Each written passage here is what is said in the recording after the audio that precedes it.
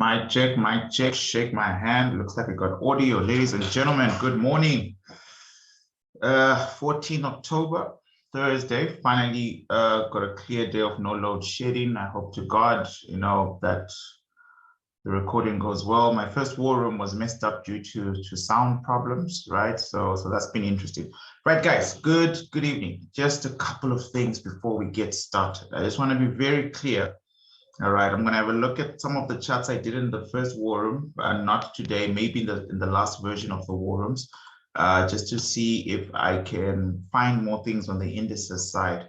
But my target is $16,312, right? So this is what I need to have, or to get, give or take, and it's in increments, right? So one of my affirmations is I'm a consistent and profitable trader, and I make profits as the markets avail to me on a continuous basis, all right? So I'm so happy and grateful right now that money comes to me in increasing quantity. So it's not a once-off trade. I'm not trying to get a once-off beautiful trade like this. Now I'm going to be taking my $50 there. I'm going to be taking my $500. I'm going to be taking my $70 here. I'm going to be taking my $1,000 whatever structure. I'm going to do what market structure does. But this is a guideline of what I'm looking for within the next 7 weeks. If you're in South Africa, just to put it to context, there's 244,111 roughly, right? So this is why I'm doing these war rooms, or the way I'm going to be doing these specific ones is I am focused on this in mind, right? So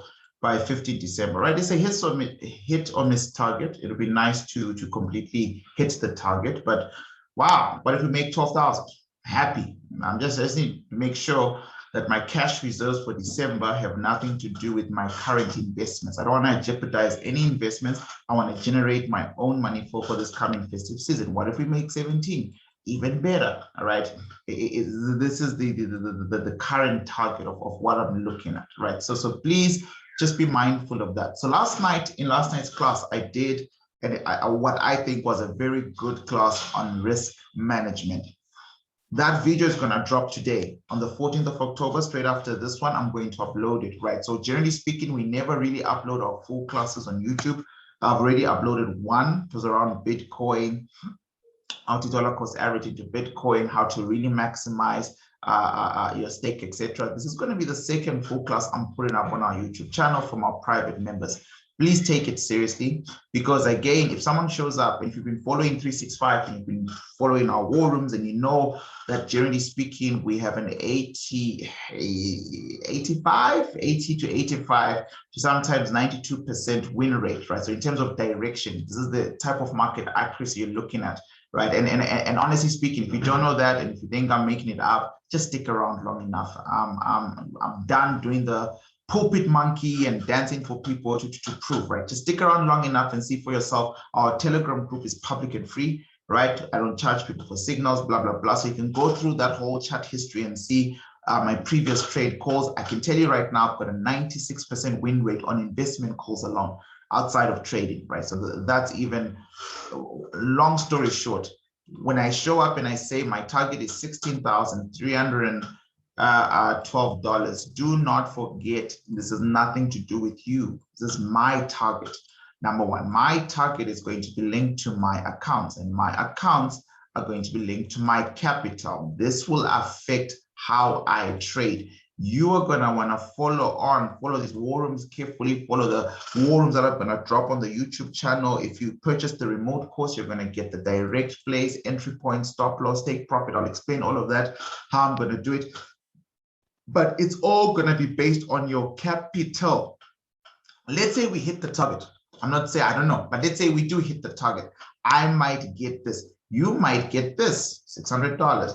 You might get $1,000. It's going to depend on how many trades you took and the capital and correct lot sizing. We never want to over risk. I'm just one of those traders who discourages over risk. I under risk most of the time.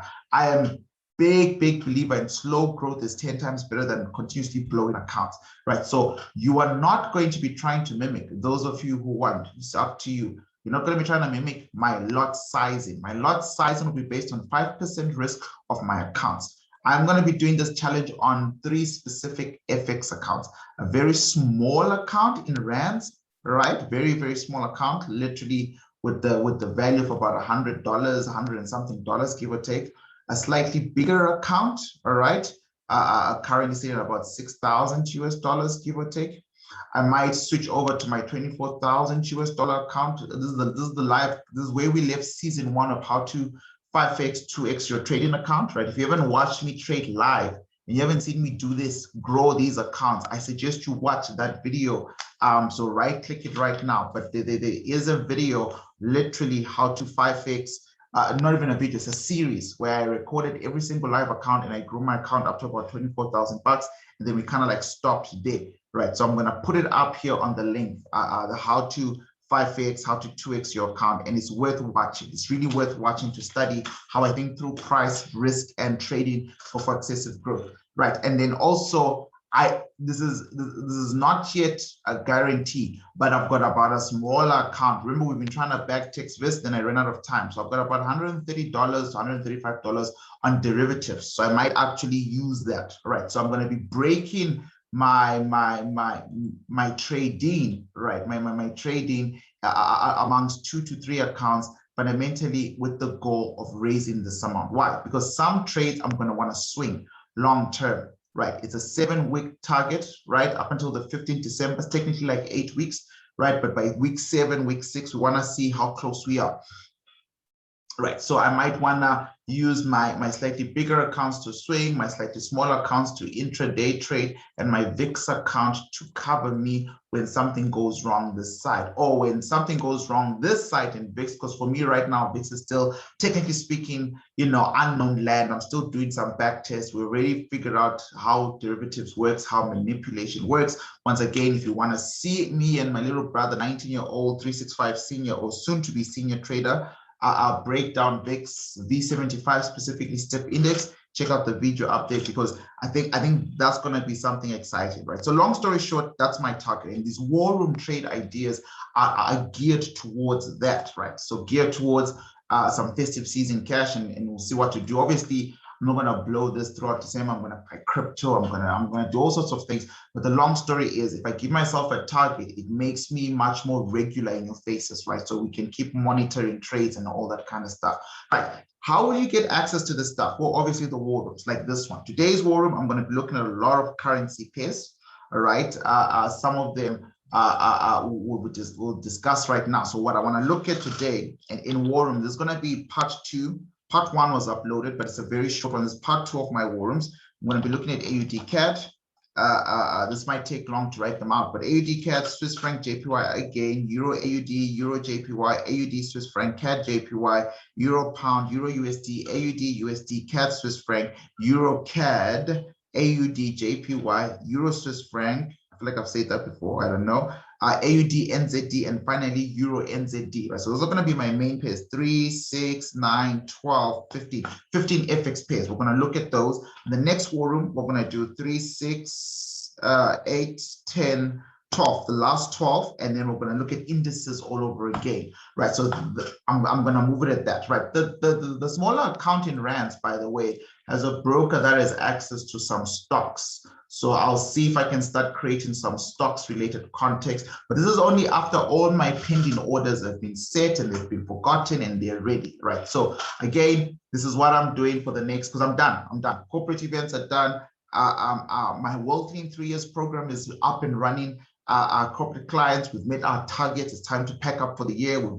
It's been a good year. I won't even lie. So this is now me back to full-time trading and focus. And it's a good way for me to create content that will help you guys. You can watch me take these trades. Number 1, number 2, you can participate in them if you know what you're doing. But please be a fundamental risk manager. Don't be silly. So please do watch the video I'm going to drop sometime today around risk management first before you do anything. So full class, breaking down correct lot sizing, breaking down leveraging, breaking down how to grow a small account. It is the most important thing you'll ever watch from my 365 page, right? So this is really how I've kind of like thought through this thing, because I get overwhelmed sometimes with time, and then I'm also never sure about the actual general impact, right? The actual impact that we have or that I have with people. So because of that, I've devised a simple plan.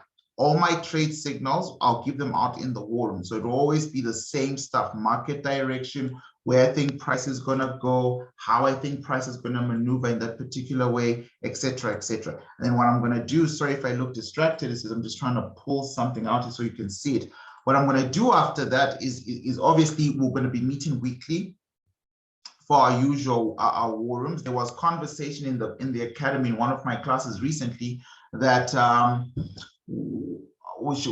stick to Tuesday, Wednesday, Thursday for my teaching, and maybe we'll have war room on Sunday nights and Monday evenings, just to make sure we're keeping track with our goal and our trade setup. That'll be for free and live on the YouTube channel. All right, so I'm struggling to find what it is that I wanted to show you guys. Let me just quickly see if I can pull it out here. All right, so there we go. I found this. I'm just going to quickly share my screen with you and then understand the detailed plan, how the detailed plan is going to work. Now, if you want to see the detailed plan, so I'm going to give you guys direction right now. Direction, I'm going to give you guys what I think, but remember, I'm speculating today. Today is the 14th of October, right? And I'm most likely going to take that trade 3 days from now or 4 days from now, whenever markets come to my area of value where I believe it is specifically the right place to buy. All right, so that's different. So for a better day-to-day intimate management plan, I am going to be using the 365 remote course, right? So you can see there's almost 100 people plus 75, almost 100 people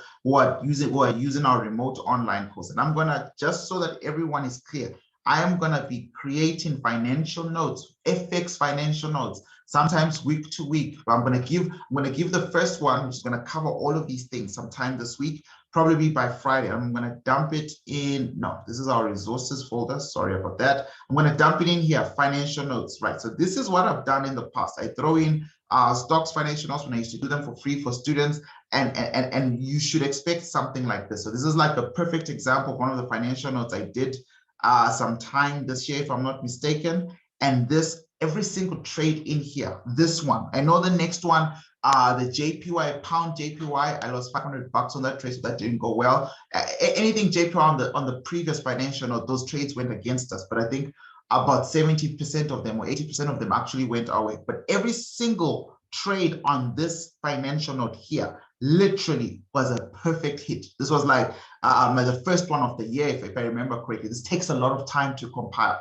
I won't be charging anyone for this kind of stuff, but you will only get access to it if you have access to our remote course. It's 10 times, it just makes so much sense, because if I start charging people for this, then it's just a lot of work. I don't want to charge for signals, right? But if you want access to this, just learn how to trade supply and demand, get access to our course. Guys, our remote course is fundamentally at its all-time cheapest.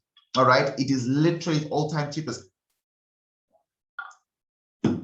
with the 50% slash off, right? It actually, and I think I saw something, one of the emails from my team, there will be a Black Friday special, obviously in November. We could even start the Black Friday special right now, right? If people are actually serious, right? So you get access, full access to the 365 trading course, full access to everything. But this is it. AUD Swiss, like, so I'll literally write it out. I'm looking to buy this asset. There's the entry point. There's a stop loss. This is how much we're going to make. And then I'll show you the setup. All of this happened. This is set and forget. This is our edge, our ability to foretell how price is going to go and go there. If plans change, there'll be like a simple access to, because you'll have access to the remote, because you always know if something has changed. But this is what I will be doing to achieve my target, right? So I might actually start doing the same thing for deriv if I decide that there's enough time for me to start getting into specifically deriv as a builder, right? But that target is dear and near to me. I really wanna match my bonus for the year with extracting that much value out of the markets as well, right? But this is what the remote course looks like. See, mastering the basics, you have everything. Week 1, week 2, week 3, everything, literally. All my lectures are in here. Very good. And I'll be updating this, by the way. And after every week, generally speaking, I'll compile a user-friendly PDF, 10 pages, 5 pages, to summarize what you've learned in the first learning slots, right? So that you understand this. This is not a joke. Module 2. And automatically, once you get access to the remote course, the day I drop module 3, you'll get that for free, right? But let's get cracking, guys. I just want to make sure that everyone is clear about how I'm going to be doing this. I literally will be looking at basically long-term swings, short-term swings, short-term or specifically intraday trading, all of it. I'll be keeping you up to date until we get close to that target or until time runs out. So maybe on the 15th, I'm like, you know what, I'm tired now. We've traded the best we can. Let's see how much money we've made, blah, blah, blah. Right. So you partner up by following. No one at 365, not me, the head trader and head educator. It's my academy. No one from my academy is going to be trading for you. If anyone says they want to trade for you and they're using the 365 flag, it's a scam. All right. I don't do account management for individuals. We only do that for corporates, legal, licensed, registered corporates, by the way. All right. So that's rule number one. You have to do this yourself. I am just here to provide education as a market-based, market analysis, and the stuff that I'm going to be putting up on our remote course is my trading plan in detail. So if you want to copy my trading plan, it's up to you. You're more than welcome, but you must keep control over your accounts. Most of you get scammed because you give up control of your money because you don't believe in yourself to do this. You can do this if you learn. You want quick money without the education. This is why it's easy to scam most of you. Take the course. While you're walking with me through this journey of me getting to my target, you start studying. But the remote course, when done live, takes 8 weeks. But when done online by yourself at home, it can take whatever long you want. It could take 2 weeks, it could take, I don't know, 3 weeks, depending on how much time you give it, right? So it's well worth it. A remote course is currently going for $150. The full course at 365 is $300. So it's at 50% off. I don't think you're going to get a better bargain than that, right? Like really speaking, right? So let's get cracking, guys. FOMC minutes. I got to talk about that. I got to let you know what your boy Jerome Powell is dealing with. I don't know if you guys understand how FOMC minutes work. So FOMC minutes were released yesterday.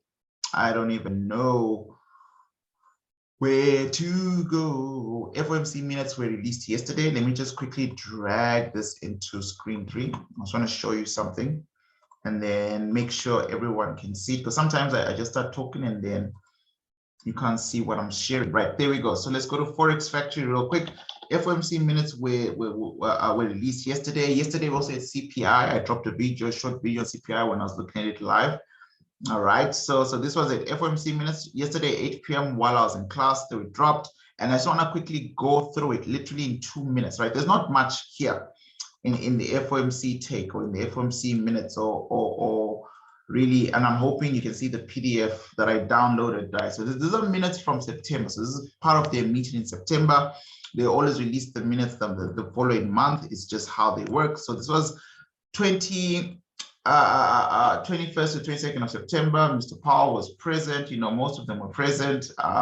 Big guys were present. I think it was one of these two, either Thomas or Bernardo were talking yesterday, etc. Right. Long story short, COVID is a big thing in this financial. It's about 13 pages, right? So the FOMC, basically, you'll see it come up. If you read it, you'll see it come up a lot of the time.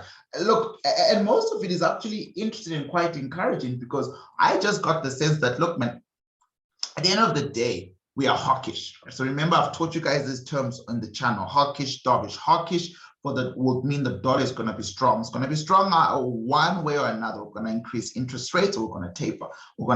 They're hawkish. But this one, I don't want to lie to you, and I actually need to. So this is kind of like what I do for my corporate investors. I send them this stuff later on. They were more hawkish than usual, right? So they were way more hawkish than usual, or at least hawkish for my fundamental nutheads, hawkish than the previous one. So this is like literally way more hawkish than usual. So some dollar strength is coming, which makes sense for us as supply and demand traders, because we know that the DXY is still leaving, or has been leaving, a governing demand, and is now fully eradicating and breaking supplies and showing its head, right? So they're more hawkish than usual. The previous date for tapering was the 4th of November, right? And I don't think anything's going to change. But let me just be clear. This is when they'll make an announcement to taper. Tapering, as we saw yesterday, if you read the minutes themselves, actually, when I say yesterday, I'm talking about the minutes themselves.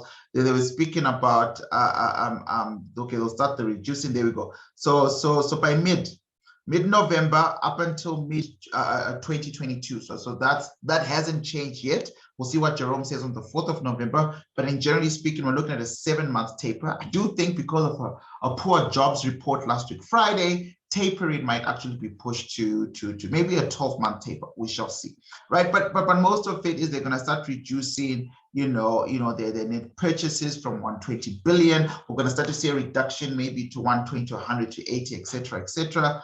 The most of this stuff, guys, is very much hawkish. Number one. Number two, there is upside risk. The Fed here is just talking about upside risk. The only downside risk, and I really want to emphasize this throughout all 13 pages, is COVID. The only downside risk that they brought up is Delta fear, COVID-19, Delta fear, right? This is when we're talking about the Evergrande crisis, right? Evergrande crisis that we spoke about, the Chinese property markets, and FOMC in September, during the heat of this stuff, they also kind of like go, well, they don't foresee contagion, right? So contagion means, and I think I covered in my previous videos as well, they don't see this creating a 2008 crisis. I thought it did the first time I looked at just the skeleton measure, right? I still think there's a big housing bubble and a big housing crisis. But anyways, these guys are saying, nah, don't worry about this property developer, worry about COVID, right? Now,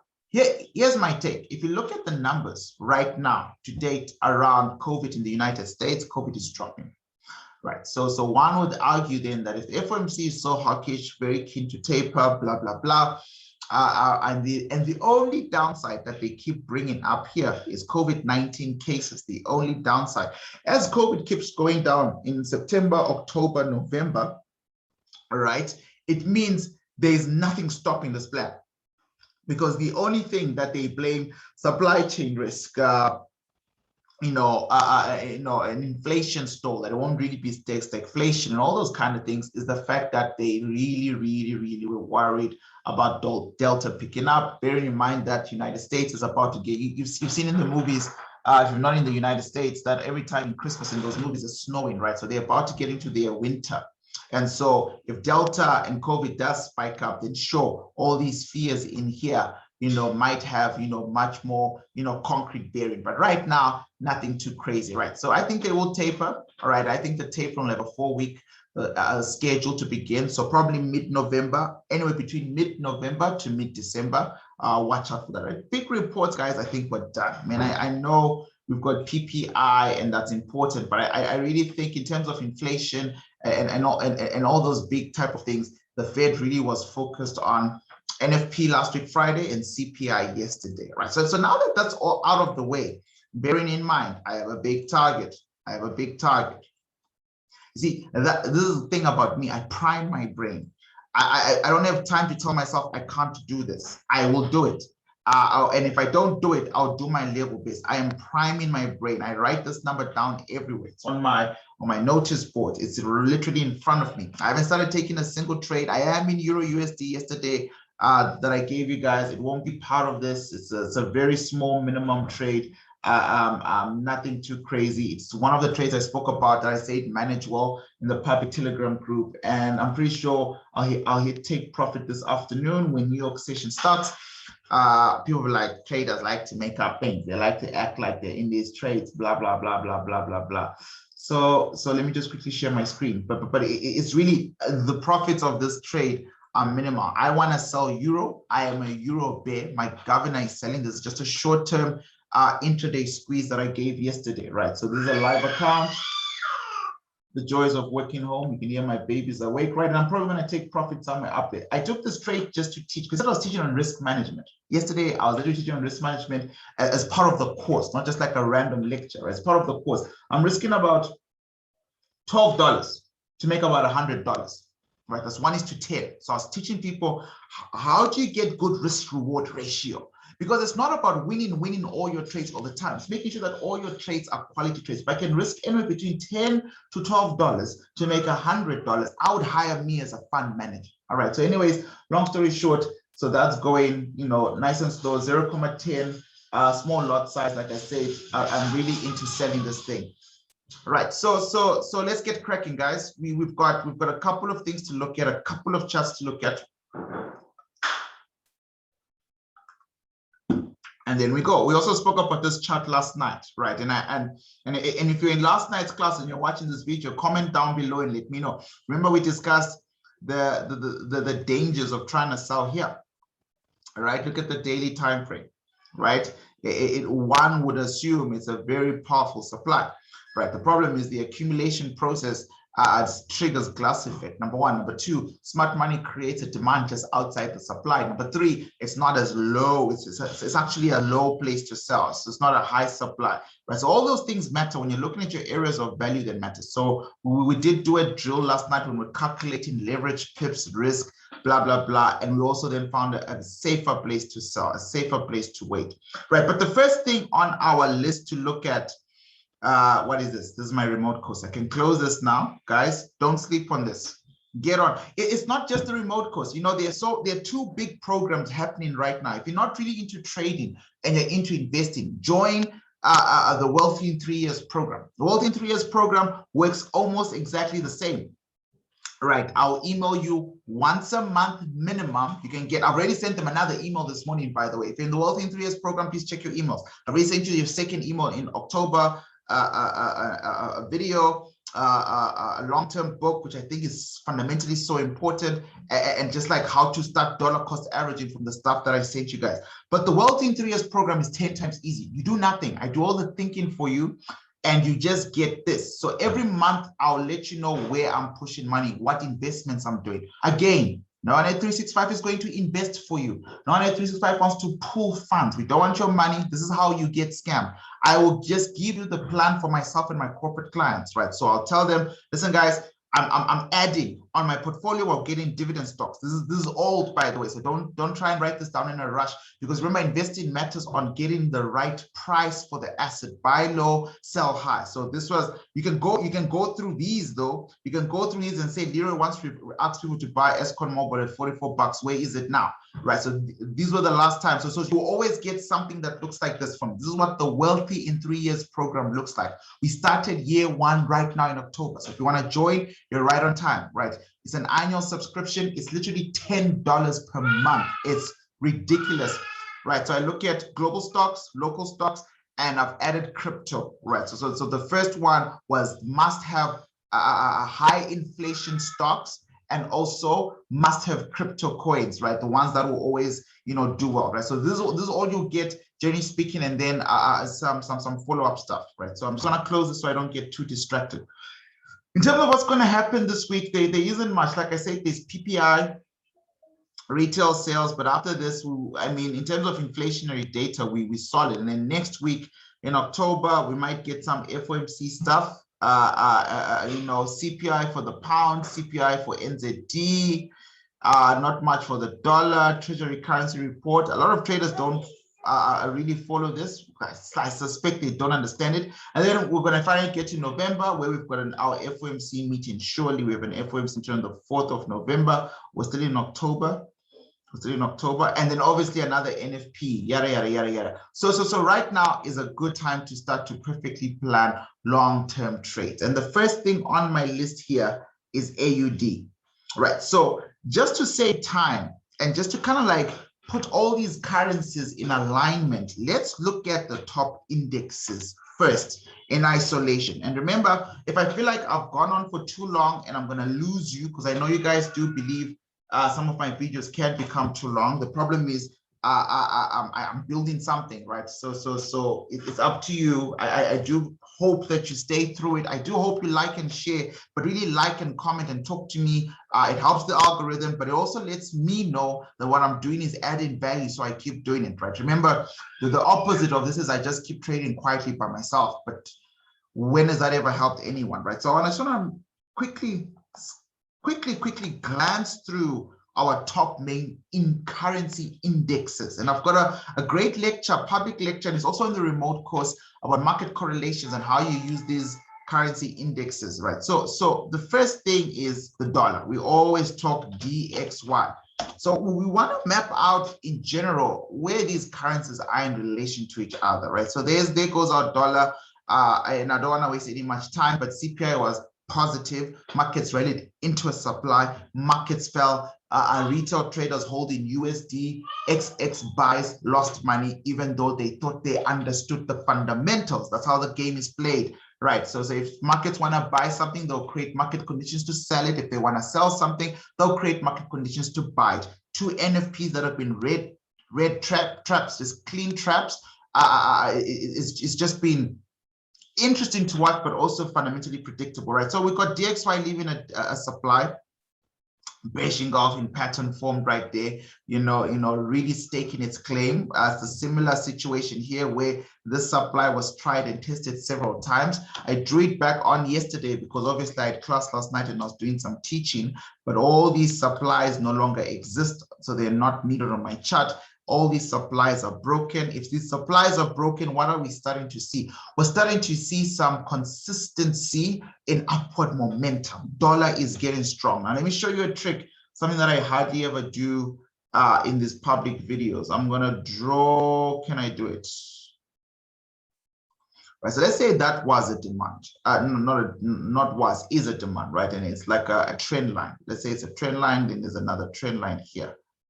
Right, but this is like a flooring trend line to catch stuff. So let's leave that one. The distance, I'll show you something. The distance between the beginning of this, which was the FOMC interest rate hike in 16 June. This is kind of like the birthing place of leaving our governing demand. This whole green area is a governing demand. And on the 16th of June, there was confirmation that price was actually going to be madly bullish. Now, I'm just going to draw an info line up until the first time markets actually make contact with that trend line. We can see it's about a 1.74% upward movement. And then I'm just going to clone that same situation. I'm just going to clone it. No, I don't want to clone the trend line. I want to clone the yellow info line. I want to show you guys there's just a lot of things you can do with these tools, right? Just as long as you know how to use them, right? So I've cloned that. So I'm just going to drag it and start it by where markets made contact with the trend line all the way up. Like that, right? So you can see the distance between the two is quite equal, which means this is a possibility. It's not the only outcome option, right? Markets could still go back up because of glass effect. Markets could break. From a daily perspective, this is a much more preferred area to bounce, right? So we might get some slowdown pace. If this happens, even worse, right? Because then we're really gonna rally out of here. But markets might get to this demand a whole lot earlier. If you think about it, this is the daily time frame. Maybe tomorrow we start to look like this, or even worse, we waste time and retrace before coming back down. This is it. But this second half of this trend line is almost equal distance to the first leg, right? So I am hoping to catch some contact down here one day, in the next week or two. This will be a nice place to start holding dollar for long term. I have been a dollar bear because it made sense to follow my daily supplies and then its impact on USD CAD, USD ZAR, etc., etc. But I said at the very beginning of the year, if the dollar crosses over 95 US dollars clean, then I have no choice to become a dollar bull. And obviously, we want to buy the index and hold it up until markets get up to here. Right, this will be a good place to hold price from one of these low buys demands all the way up there. That's a big possibility. But from the DXY, we can say in the intraday span, like for example today, which is why we started buying euro yesterday. Dollar is weak. So when the dollar is weak, euro will go up, pound will go up. So euro USD, pound USD, all those things will go up and rally. But up until DXY finds a floor, right? So DXY weak in the short term. Don't forget those terms: short term, hours to days; medium term, days to weeks; long term, weeks to months; very long term, months to years, right? So as a swing trader and an intraday trader, you need to know what I'm saying and understand those terms, right? The next index, currency index, I want to look at is the Australian one, AXY. Here I'm going to just flip to the big picture. Right, it's time for the Aussie to be strong again. Remember, this was the literally, so guys, I don't want to teach, it's a war room. right? Please join the remote course if you want to understand all these things in great detail. But you have to tell me you remember seeing this pattern somewhere. I'm on the governing time frame of the Australian index. You have to tell me you remember seeing this somewhere. Right, a break of structure, very structure being broken, markets going to a supply, markets coming back to a supply, not making contact with the lower demand because another demand was created up there. That's exactly what EURUSD did. EURUSD and the EXY index did the exact same thing. So now we can create a model. We can model a whole lot of these things out. There it is here, EURUSD or EXY. EURUSD and EXY, twins. Breakoffs, very structure, markets falling non-stop forever, markets arriving on the other side of a trend line and creating a demand. Here's the demand. Markets arriving into the demand and slowly starting to go back up. Long story short, this risk asset, after going back up, markets come back down to break it. And now that EXY has led the way, AUDUSD, pound USD, all those things, it is my personal opinion, they are going to follow suit. All right, so we might actually see some type of reaction to the upside, and then we might actually see something like this in the much more longer term, right? So for now, one would make the argument that the AXY or the Australian dollar is strong, right? So AXY strong. I really don't want to do like MTAs, multiple time frame analysis on these things right now because of time. EXY, like we just mentioned, but just to be very clear, we're going to call it weak because EXY has already broken a governing demand. Whether it goes up for the next 3 days or 4 days, fundamentally, we believe it's going to fall. Swiss franc, XY, Swiss franc. I'm just looking at the strength of my currencies, right? I want to see where they're leaving. Is price leaving a supply to go to a demand or a demand to go to a supply? That's important, right? So markets made contact with a very weird supply, very, very weird supply. In fact, it will be much better to say this is what happened.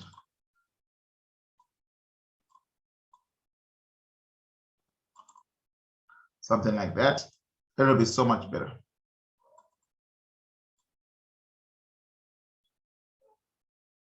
Like that, right? So markets rallied into a supply. Then markets broke the supply. So markets left the supply. Markets broke the supply, and never really made it up here. So this is quite annoying about the Swiss franc. Remember the Swiss franc, guys? I will always kind of like leech off the dollar. So if the dollar is weak, Swiss franc will have a party, right? So this is how big that supply is.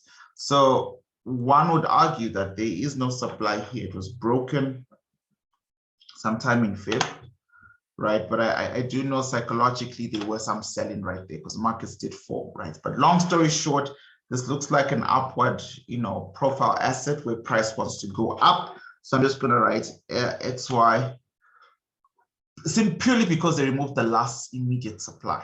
All right, so that's a big deal. And then JPY.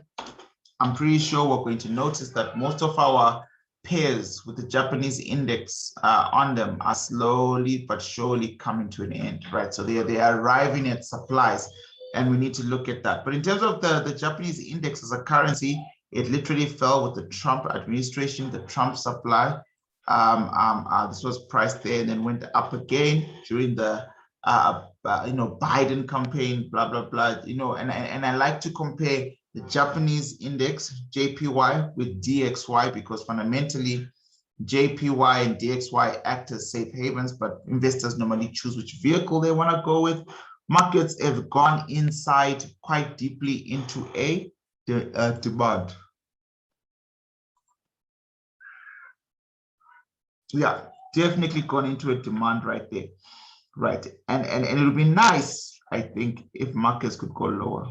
But if not, that's perfectly fine. It would be nice if markets can go lower. If not, that's perfectly fine, right? So you might start to see somewhat of some JPY strength, right? That's a very real possibility based on the fact that prices arrived at an area of value where demand exceeds supply. Okay, so that's quite mixed, right? Then CAD, CXY, the strength of the CAD. You guys will know that oil is rallying like crazy right now, really exploding to the upside. Because of that, Canada will always benefit. Canada will always benefit with oil. All right. It's just how the economy is set up. All right. So right there, markets made contact with the supply, and then markets broke through to the other side of the trend line. And then, yeah, we'll see. I mean, CAD guys, I mean, first of all, glass effect, right? So I do expect this area to be broken. I mean, I want to be straightforward about that. But if oil rallies and oil is moving like crazy, we'll get to all these commodities like oil and stuff like that. Let me just make note. Oil is moving like crazy, right? So if oil keeps pushing to the upside, there's no real reason to assume that the supply will hold, right? Most likely price will go up all the way up to here between now and next year for the CAD. As long as oil is having, you know, a good time, it's always good for the CAD, right? So that is that, and then DXY we've done, right? So we've got like a mixed bag, strong AUD short term because Australian dollar is trying to pump up, weak euro, which I'm sure would lead to somewhat of a weak pound. Talking about long-term direction, markets are leaving a supply. Markets are sitting on top of what could potentially be a monthly demand, exactly that Euro USD type of setup, but only time will tell. All right, only time will tell, right? So okay, fine. So we've got our finger on top of our currency indexes, and now when we move forward, we want to start to think about how that will affect potential pricing, right? So the first one is AUDCAD. That is the first one. First chart, right? So my corporate client is, and for me, this is what you will learn. You will learn CCR here, C-class trade. Markets came to literally to what I said. The markets kept dropping. They made a fib setup. So either gave you this in a war room, or I did it for my corporate clients. But it's definitely previous analysis literally paying out, right? So some of you would have taken profits there. Markets continued melting. This is the accuracy of what we are trying to do. This is literally the accuracy of how to trade. I'm just going to remove all of this, and then we're going to start from the very beginning of price. Right. So AUDCAD is an interesting pair. Right. So AUDCAD, like I said, right. So this is quite interesting. I haven't looked at this chart in a while. Definitely haven't had it up as one of our main things to trade in the previous war rooms I've done with you guys. So let's see, let's catch some pips, man. I'm very excited about this. I really am. $16,312. Very important, right? So look at this. So we've got some type of a downward structure there that started in about Feb 2012. If I've taught you, you know, 3 months, 1 year, 10-year structures is generally what we want to see when we're trying to assess the long-term banking plan. Then we've got somewhat of a demand there. What am I doing? I'm tracking down my immediate areas of value. And I don't know why I'm talking like this, because I don't want to teach. If I teach, then the war room video just gets too long. But essentially, market was stopped dead here. Not really because of the trend line, although a lot of retail traders will believe that, but because of supply and demand number 5, top market turning point. All right, so it's something that looked like that. Right, and so markets are falling right now, and the question is to how long, or is price, is it time for a turnaround or what? Okay, cool. Right, so markets to me are going to have to fall just a little bit before we get too excited to buy, personally. Personally, I still think there's still a little bit more pips to the downside, personally. To be exact, and it's really up to you now, right? Do you want to be involved in such a trade? It's a valid trade, another almost 300 pips. Buying a little bit lower than would like to buy. Sell. We're selling a little bit lower than would like to sell, but we there is a possibility. Then you look at the area of competition. Nah, I don't think I'll be involved in any weird sales right now. Right, so even if you've got the body down, area of competition is gonna deal with you. Have a look there.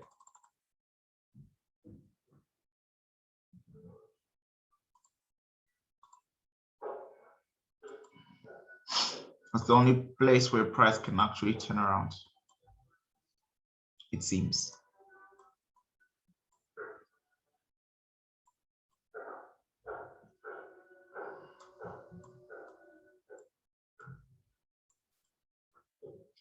Guys, we really missed out on a beautiful sell, hey? I'm literally haven't traded AUDCAD in the longest of times. This is what more would you want from a trade like this? I'm just paranoid about sound. Last time I recorded a war room and this mic was dancing everywhere. So apologies for the sound right now. Let me just quickly adjust this little thing here. All right, so that should, hopefully that makes it better. I mean, I wouldn't even know until it's done. But yeah, look at this. We really missed out on a textbook supply and demand sale. Just a clean textbook sale. You know, price kept doing its thing, coming up for higher sells. You know, when you swim and you come up for some air, and that's what it did. And then it did try and break structure, but then created its own new downtrend because of the supply here. This is on the daily time frame. And that's just been the story of AUDCAD, continuous sell. So if you're learning how to trade in my live classes, or you just got the remote access course, this is the power of understanding week 1 and week 2, right? What's my governor doing? What my governor is doing, I get to do on the daily H4 1 hour time frame. This is it. Textbook, literally clean, easy pips, right? And now markets have gone. Markets have gone, right? So let's see if we can pull out some retracements. Okay, that's a good one. I'll show you what I'm doing in a second. But I want to also just make it a habit, by the way, to also just double check the history.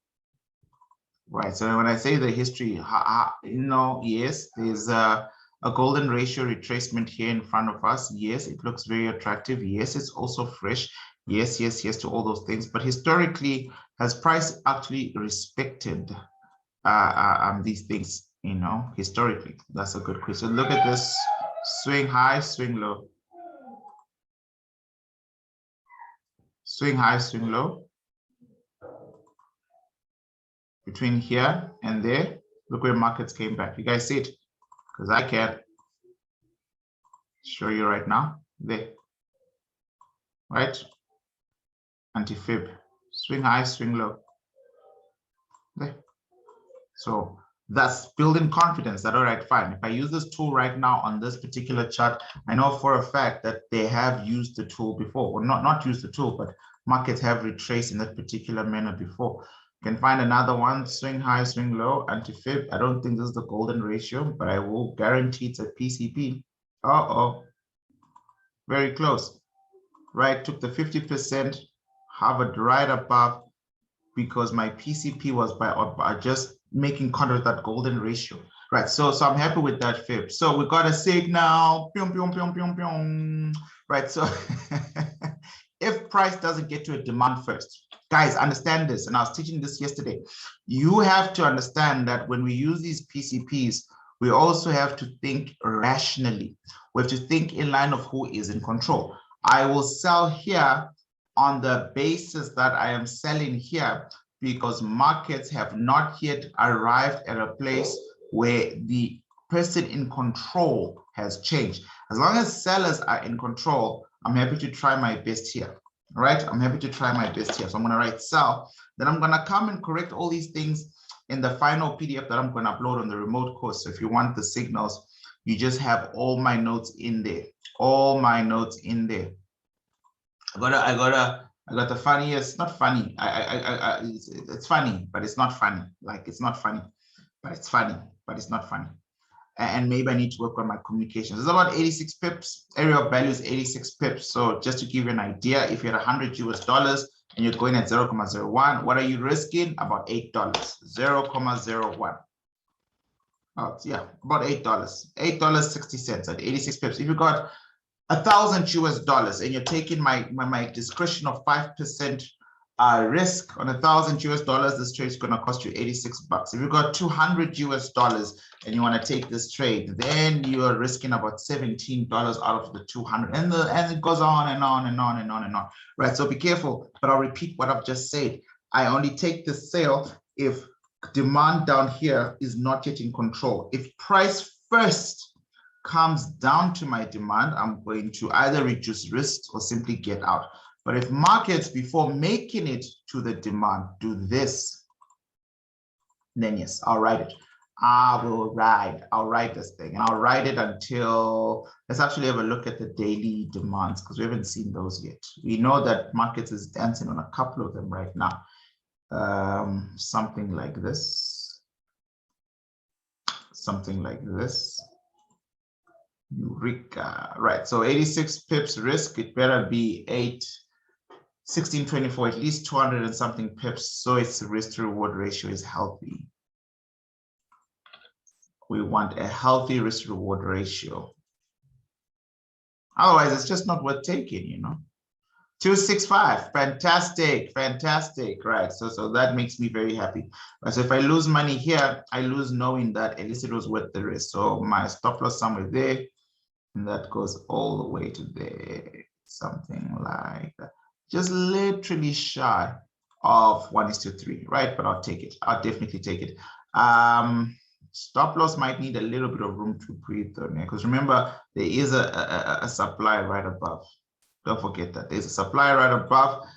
Looks like glass effect might have happened to it, but price could kind of like hunt outside the zone here. So just be very comfortable with leaving some space. If your stop loss captures both zones, then the trade just is not worth it. It's like a 1:1. So it's a high risk trade. It's a C-class trade because of where your stop loss needs to be. Number one. Number two, don't take the trade if markets are now being cheered on by a demand, right? You can see we're inside a weekly demand as well. That's why markets are reacting. As soon as markets break this weekly demand, where the market make contact up here, come back down, we should actually increase our profit target, right? So you could have two sales and the next profit target could be down there. My humble opinion. You could have two sales, one where I just showed you and the next one a little bit lower, just a little bit lower. Right, time will tell. Right, so trading plan, trading journal, something to put onto the final PDF is my final thoughts on AUDCAD. So if I don't keep notes, I won't know what to include, right? So that's nice. So our first currency pair is going right now. On my list, I've got Swiss Franc JPY, and I know I've already covered it, but I just want to double check my bias on the long, right? This thing is moving, monster attack, right? So remember the rules of the game. Remember I said we wanted to go up, we wanted to break the supply, then we wanted to come down. When she comes down, we buy down here with it, right? So this is good. It's nice to see it kind of like aggressively pumping up because I need this yellow zone taken out, right? Okay, fine. So everything cool there. Euro AUD, let's pick up that momentum, guys.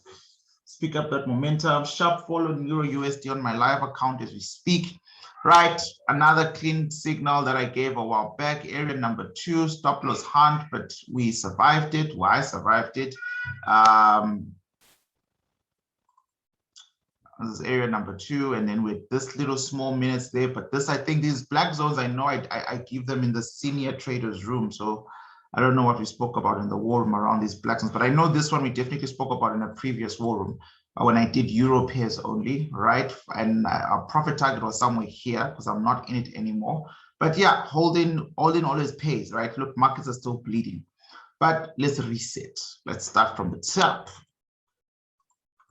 Right, so Euro AUD was in a structured uptrend. I don't know if you guys remember me talking about this. I don't know if you remember me talking about how we profile our assets. But profiling your assets always helps you because then you know how long you have with price before it goes against its own nature. A buy profile asset, whenever it sells, it's going against its own nature. It doesn't mean we don't take the sells. I mean, we take the sells knowing that the sells are leading us to a better place, a demand, right? So this was a beautiful, beautiful trade to take.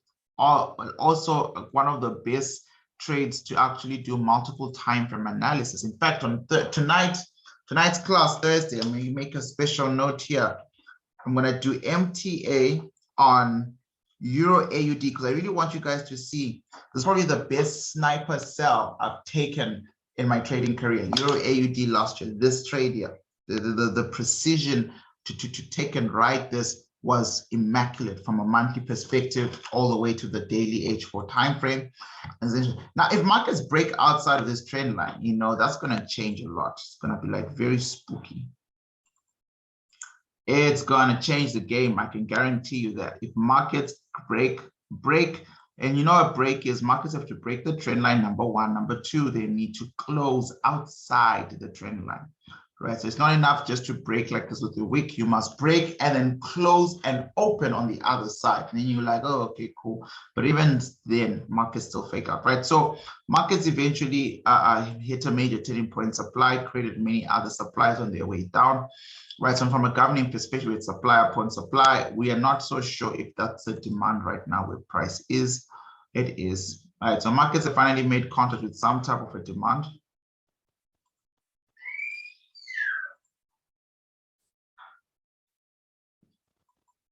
Okay.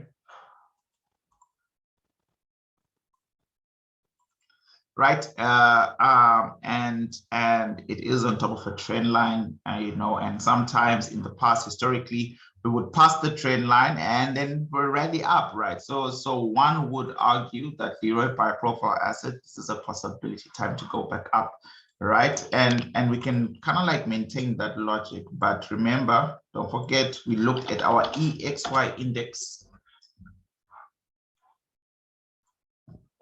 And our euro is a little bit weak right now. This is the euro currency index. The euro is a little bit weak right now. All right, euro and remember my introduction to this war room, FOMC hawkish tone. I just read you guys. Okay, I've closed it. I read you guys the latest FOMC minutes. It's the most hawkish they've been this whole year. I track all those minutes because I've got investors to talk to. Like, it's ridiculous how hawkish they want this dollar to go. The stronger the dollar, the weaker the euro, right? So this thing is really gonna drop. This is the euro index, pretty much looks like EURUSD, right? It's going to go, right? So if this is the plan for the euro index to keep falling, right, up until it gets to a substantive demand, which was the demand created in March of 2020, then, you know, obviously euro AUD is in trouble. And if you remember, if you think about it, look at this AXY. Remember, we did the Australian index. This is why I do these things this way, guys. And I said, okay, I see some short-term upward momentum, but generally speaking, because EXY, the euro has already done this pattern, we know it's going to drop. But in the short term, this thing is green up until it gets back up here. So there's going to be 3 to 4 months up until Christmas, maybe, where the AUD might get some type of strength. Right, in the next 2 months, 1 month to 2 months. During that time, what do you think is happening to an already weak euro? Right, during that time, we can turn to an already weak euro, markets might start to slide down. All right, so be very careful about just buying here. I'm going to go to the weekly chart.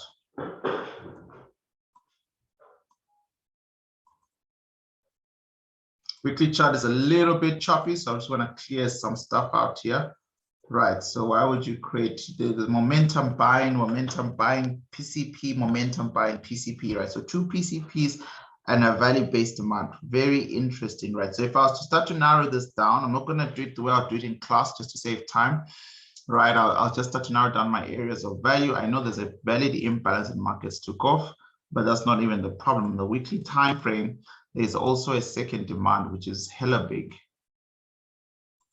That'll look something like that, and then another PCP right above it, right? So this is where price is right now, and the question is, well, how strong is the euro? And I'm thinking euro is looking a little bit weak right now.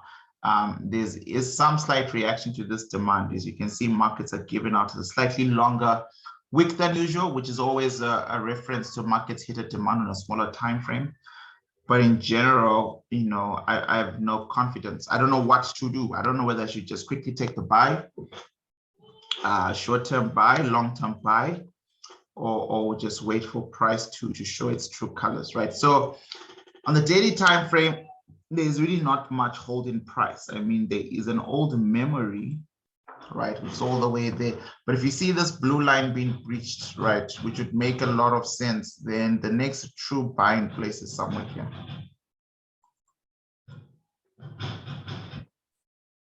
But if markets buy there heavily based on the fact that it is a demand, then this is a possibility somewhere here. It's a big possibility. One that I don't really believe in, right? Right now, I'm just showing you what I can see on the chart. On my final PDF that I'll put up in the remote course and that financial FX notes, I will be very clear about my final decision there.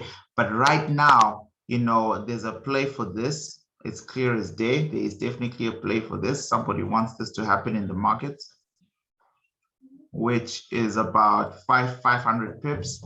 But also there's a play that this could sink even lower before doing any movement, or that it could go up, but not the way we want it to go. All right, so we'll have to first see this break of structure happening. What's the break of structure? Markets going down below the blue line. If markets go down below the blue line, we can put a pin in order. I'm not going to ignore it, so I will unfortunately or fortunately put it in my trading plan. So Euro AUD buy trade. But what I'm going to tell myself is it's a C-class trade. C-class trade means first tie capital everywhere else, then come back to it. If I still have a little bit of margin left and I'm happy to risk, you know, my accounts are not tied up to too many trades, very sure I'll set a pending order there. But right now, this is a very high risk trade. EURJPY.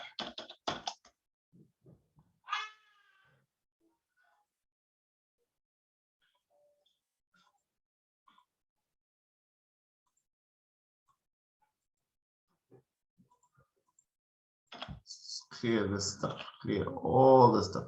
Right, so I did say, or maybe I didn't, so let me just tell you now. As far as I can tell from yesterday, a lot of the JPY pairs are slowly starting to approach supplies, which is interesting. But generally speaking, it also gives us some uniformed trades to take. But a lot of the JPY trades are starting to, you know, arrive at some supplies, right? So this is it here. Markets made contact with a governing supply. Markets then fell into to hit a trend line. After the trend line got some bullish power. So now in the month of October, price has gone up like that already. All right. And heading back to a supply. This is very typical of Euro. If you remember, Euro USD, AUD USD, EXY, AXY, all those charts, generally speaking, have created similar demands like this. And Euro has been the first one to show us that it means nothing in long term, and it removed it to drop to the lower side to find that 2020 demand down there. So for the most part, between now and say maybe next year, June, July, we might see something like this. That's kind of like the trajectory at play, right? So when it comes to selling, do I want to sell right now? I need a massive guarantee that I can't have one right now. So markets are clearly leaving a supply. Haven't really made good contact with the supply. So markets left, then are coming back and really haven't made good contact. So it's very difficult for me to assess. You can hear my little girl. My little girl can hear my voice from a mile away. And if she does, she's going to start calling out. So cute. Right, so this is what we have on the weekly. Yeah, I would wait. I would absolutely wait. Let's wait for price to make real contact.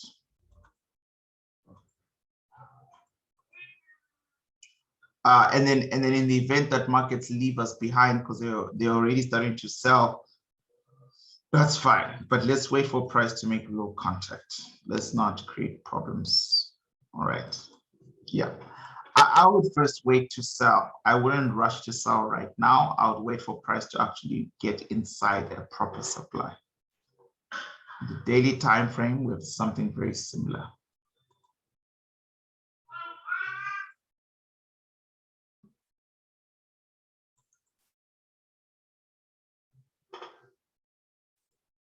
Well, that's interesting.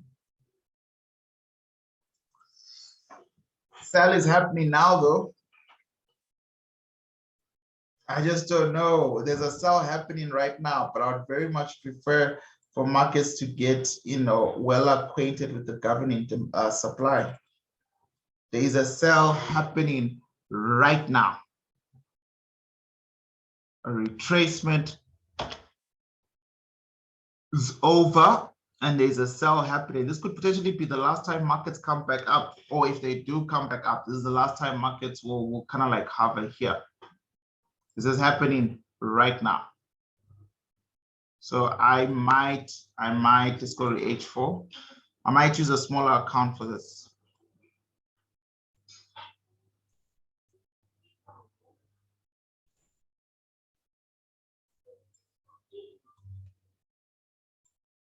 Right. I'm just trying to have a look. So markets are bouncing off that. There's, yeah, a couple of supplies inside here, guys. But again, the daily is just always 10 times better. Don't like it. Yeah, there's definitely some type of selling happening right now as we speak, or rather today. But markets are not giving us the type of rejection signs we want to use. And so because of that, I would highly suggest, or I would be staying away from it. Although markets are about to engulf on the 1 hour time frame, I would try to stay away from it, right? So maybe position yourself for a higher sell, right? Because this sell might be it might happen, but it might be short term. Like that, right? That's a possibility.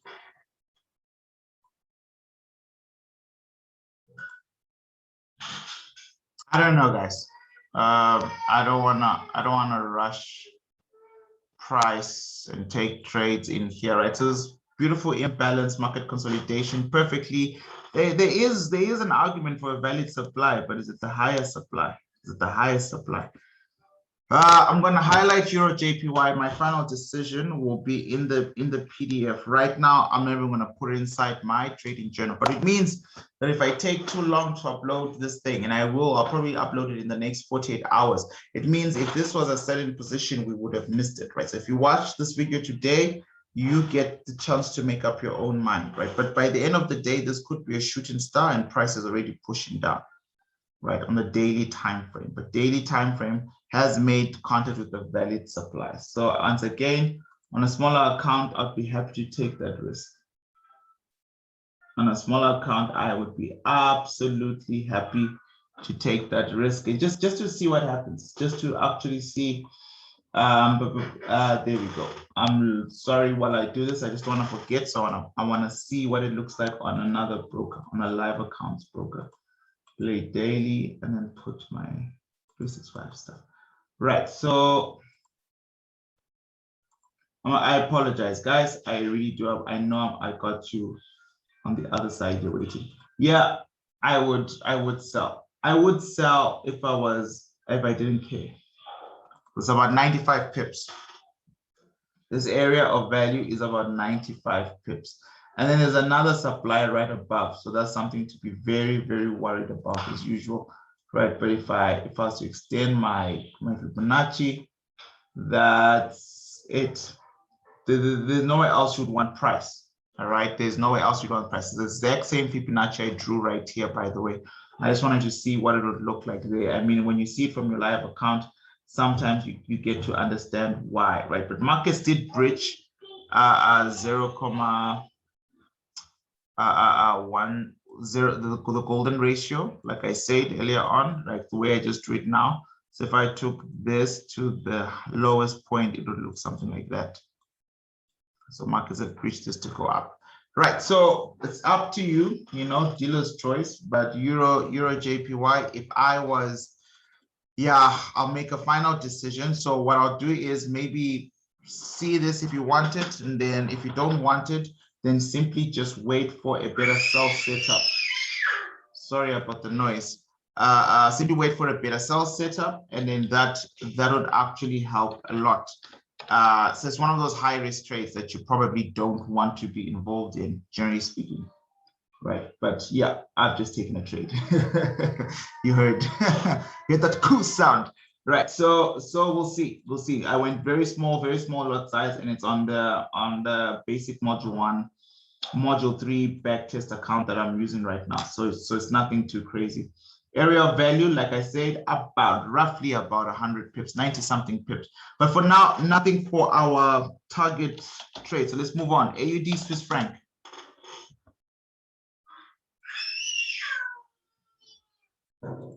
All right, so markets are clearly moving upward right off the bat. Too many notes here. Let's get a safer place. Right, so markets did arrive at some type of qualifiable demand.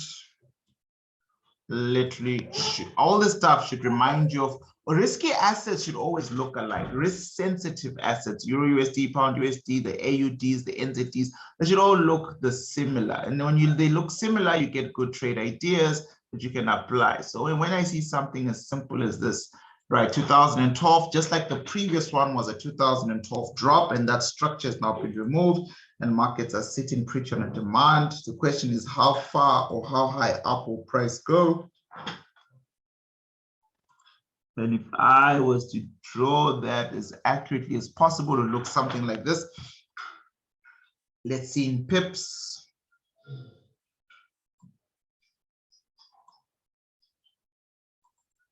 $240. That's not too bad. Right. So you've got that. You've got some type of upward momentum. Now we need to find an entry.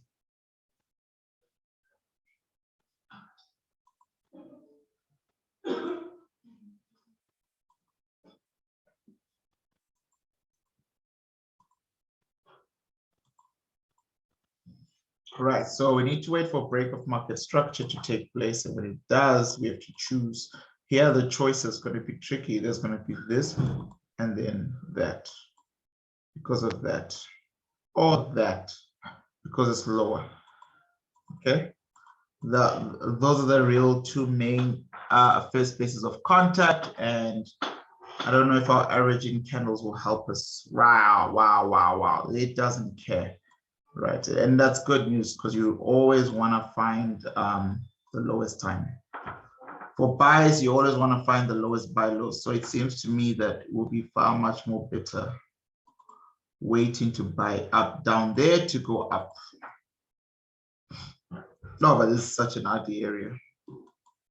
This is truly an ugly trading area. This is terrible. I can't even make out what the demand is there. I can't.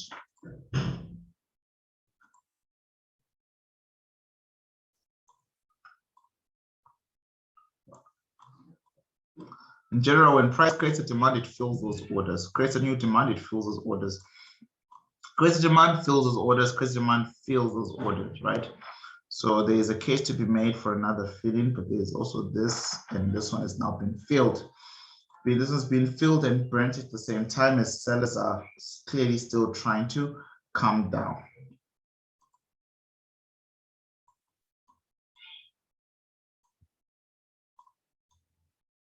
Right.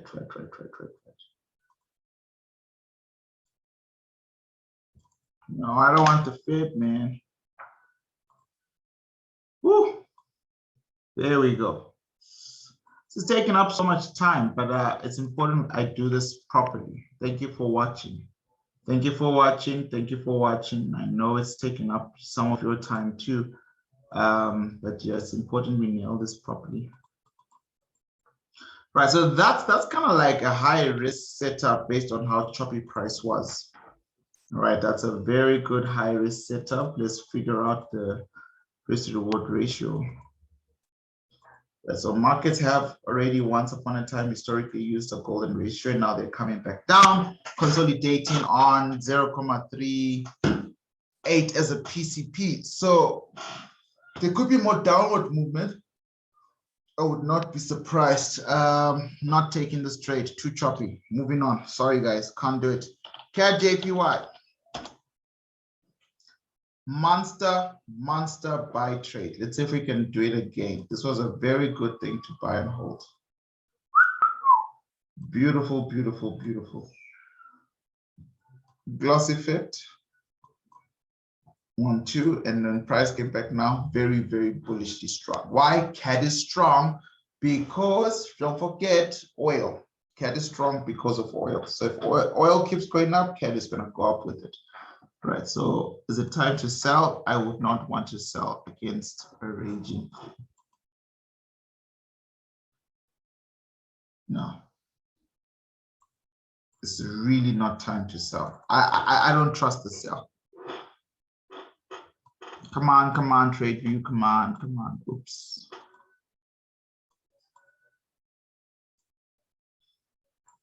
Yeah, price has really been visiting. There's so much sell power here. Price can barely penetrate price action. Right, so there we go. Penetrate our zones, I mean.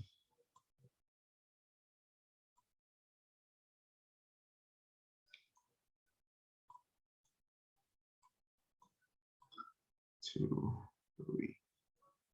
Yeah. Oh. You see how this downward trend line just did its job, right? Maintaining suppression, then markets broke out, immediate demand on the governor. There was this area here on the daily, markets broke out again, markets removed another bearish trend more recently. So markets are gonna stay at it, right? So this is what I believe. I believe that oil is gonna keep pumping up. I do believe that because oil is gonna keep pumping up, at least up to $87 to $100. EURCAD is gonna be naturally strong. But if in the event markets price down, then this will be the best place to look. Right, somewhere there. Somewhere there would be the best place to look. So this would have to do this.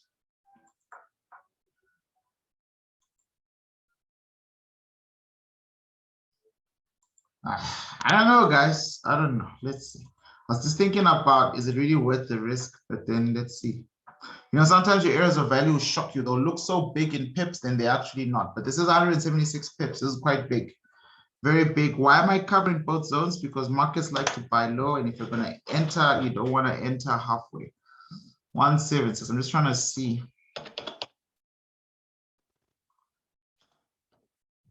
The smallest account is almost 15% of your account.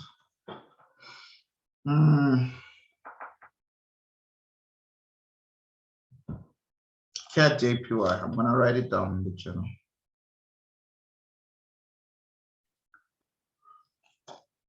Okay.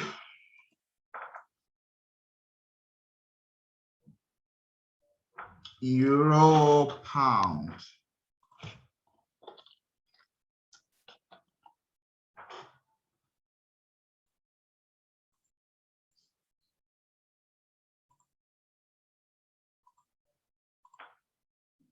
Right, compression is over. Price actually created a new supply to bandage this. Before this supply was done, there was literally no supply there. So a lot of us were going to buy and hold all the way up there, but then markets created a new supply.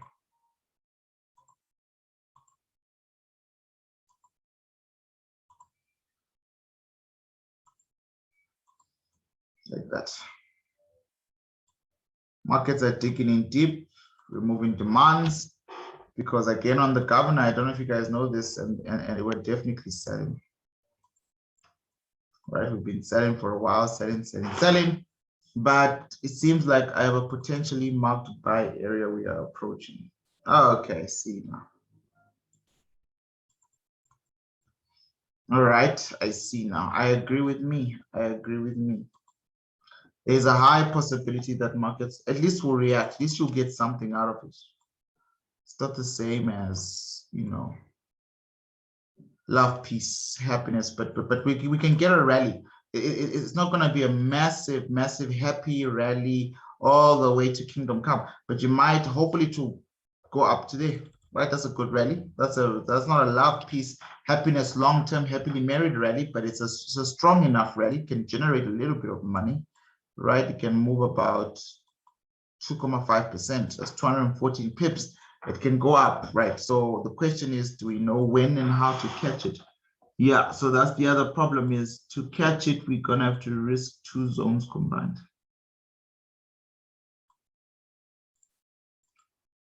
137 in terms of pips.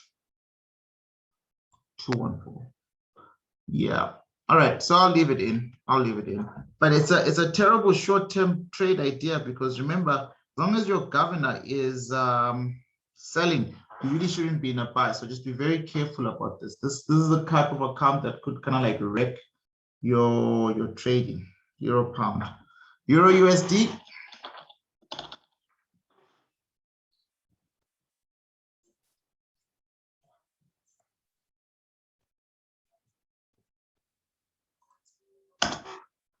Okay. I think yesterday in class I spoke about how I don't want to be selling inside this area here right now, where Euro USD is. I'm hoping that USD will continue in its upward trajectory and go a little bit higher. I don't trust the supplies in this area. I honestly do not. I'd rather sell up there. So for me, I mean, I don't even have to waste my time going to the governor, because I've covered Euro USD extensively, and most of you know that we're selling this thing. So I'm looking for a play like this. Red line represents my actual entry point, so I can enter early and on time, right? So that's Euro USD done. Now it's time for AUDUSD. AUDUSD. Let's go check out what's cooking there. Ah, this mic. Sorry about that. Every time I pause or get up, I put it on the wrong way. There we go. AUDUSD. That looks like a convincing time to sell. Sorry about the noise, guys. I can't even imagine how annoying this is in your ears. Just give me 2 more seconds and I'll get it right. Right, so markets removed. You see this? This is what you always need to avoid. That's why I didn't want you guys to sell at that pound USD. Lower supplies will betray you. Lower supplies will betray you. Right, that's why we study them and we ignore them. So when we say sell high, there's a reason for that. But now, you know, do we take that trade? Let's find out. Let's find out. Let's find out. No. Well, yes and no. Let's find a chart with less notes.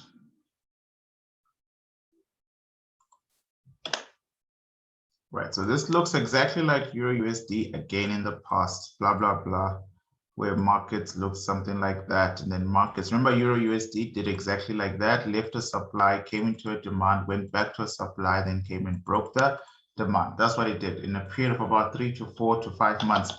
So I'm saying these risky assets generally move together. So this is Euro USD. We just did it together right now, but I just want to show you because I keep bringing this up for a reason. So there we go. Markets got to a supply, hit a demand, went back to a supply, broke the demand, right? So we're going to get, I'm assuming, an extension of such features across all risk-sensitive pairs. And the question is, we want to time it right. So now markets are leaving a demand. Markets are leaving a demand, and we want to make sure we can see why and how. Right, so, right, somewhere here could be the next dead stop. So technically speaking, you know, if we're talking about what is the governor saying, then yeah, we are leaving a demand. We should be looking for some short-term buys, short-term to medium term, so a couple of weeks, maybe days, weeks, just to get back to that supply. So I want to see what the supply looks like from a structural perspective on this end here. Yeah, exactly. Price layer, fresh touch retest, right? So this retest better be strong, all right? Because you can see markets are, there is definitely something there in terms of buy orders. If you understand our strategy, we track order blocks, order flow, supply and demand trading, and we can see that there's an area of value where institutions want to buy. Dropping down now, my mayoral time frame, not really a good place to draw a trend line. Remember trend lines, guys, I mean, I do draw them quite a lot, but I don't think I explained them. Trend lines would require market structure or require higher highs, higher lows. Then you move to those points. I definitely would agree that on the weekly time frame, this might be a problem, was a problem, might not be a problem in round 2, but definitely a while back, this was a problem. All right, markets did stop there for about, and then drop for 3 weeks. But it seems like there's not enough money there anyways to hold it. So with time, that will get probably eradicated. But now we're stuck because remember, we want to buy short term because our governor is buying, but now we're in a weekly supply. You really never want to buy inside a supply. You never want to buy when price is inside a supply.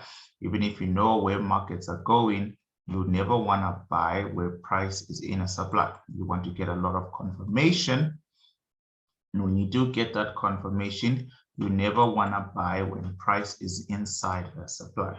All right. We could do it like that. All right, that's option 1.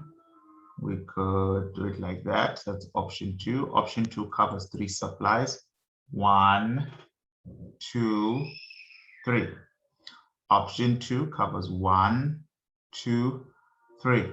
3 supplies. So if I was to do this,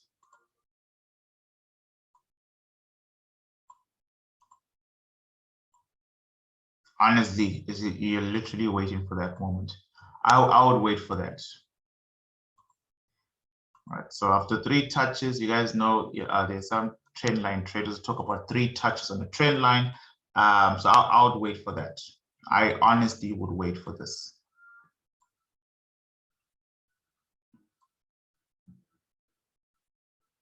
All right, and then unfortunately, it means you're still going to bump into class effect, right? So this is a very short trade. Because you just don't know how deeply you're going to be stopped out or bumped into by suppliers, right? So there's this situation like that there, and then maybe you can hold that out there.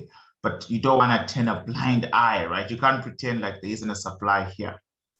You cannot pretend like, yeah, everything is great, everything's grand. You know for a fact there's a supply there. So then this trade means this. And if that's the case, then your risk to reward ratio is off. If your risk to reward ratio is off, I know for a fact I'll not be in that trade with you. There are many other places where I could be risking money, right? And these 2 demands are already a problem, very close together. So if I have to really spread my bets, I'm looking at almost a negative, like it's not even 1:1. Then if I tighten my stop loss for just this zone, it's not 1:2. So I won't be taking AUDUSD until this supply is removed, right? So hopefully that will happen. So maybe a better scenario would be something like this. Let me show you.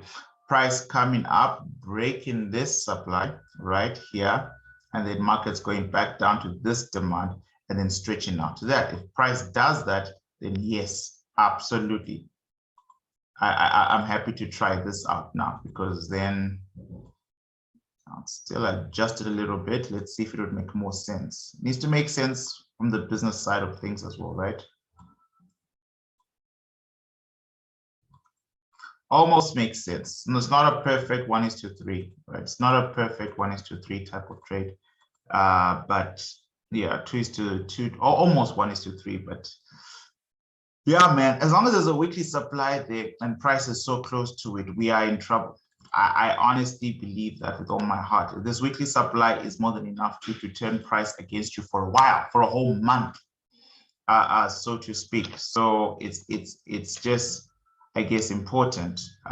Yes, long-term swing traders, we know there's nothing to stop us. We can go back up there. But the weekly supply could be the turning point. So AUDUSD for now is a big skip for me. I mean, I'm sure you can find plays on H4, H1.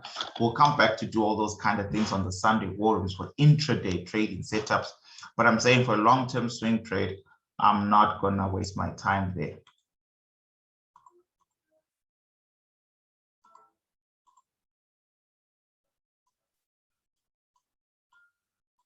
Right. CAD Swiss franc. I hate this trade. I hate this chart. I teach on this. I teach on my hatred for this thing. Anything that will consolidate for 3, 4, 5 years like this is a waste of anyone's time. After the crazy consolidation, markets broke out to find a new low, a major turning point demand, one would hope, and then markets have moved back here because it took a supply after this consolidation to push price all the way down. we're not surprised that price then pushed back down here again. Well, that's a big stuff up, right? But anyways, so markets broke down after the compression, then markets did this, and now honestly markets are going back up. So price could be going back up because markets have then initiated the first ever demand somewhere down here. Did I forget to mention I'm not feeling well again? I apologize. So I am low energy as I do these videos. It's just tough nights. My little daughter again got the cough and the flu, so you know it's bound to catch on to the adults. Right. So for consolidation, I've got a sell profile asset. I mean, who knows how far this is going? But yeah, I won't be engaged in this market. I will not be engaged in this market at all. EURCAD. We drew a beautiful supply here and price lift. Oh, we missed it. The fact that it's highlighted like this means it was covered. Well, I missed it. Oh, we missed it. We missed it. Oh, let's start again. Right. So prices aggressively moving to the downside. Markets are aggressively moving to the downside. And we should, if possible, we gotta catch it if possible.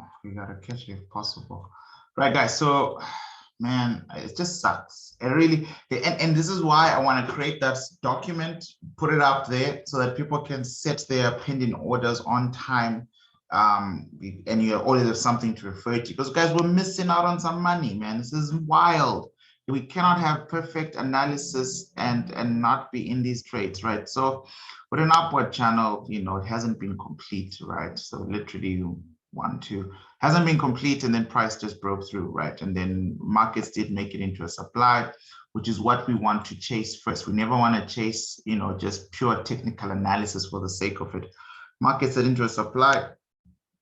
And I'm pretty sure this was a major turning point supply, or actually it's not a major turning point supply, so never mind, it's just a supply. And price is now heading, you know, southeast. It's just dropping like it's hot. Now, I've put this here because it's important to know that it's there. It's not necessarily because I believe price is going to stop there.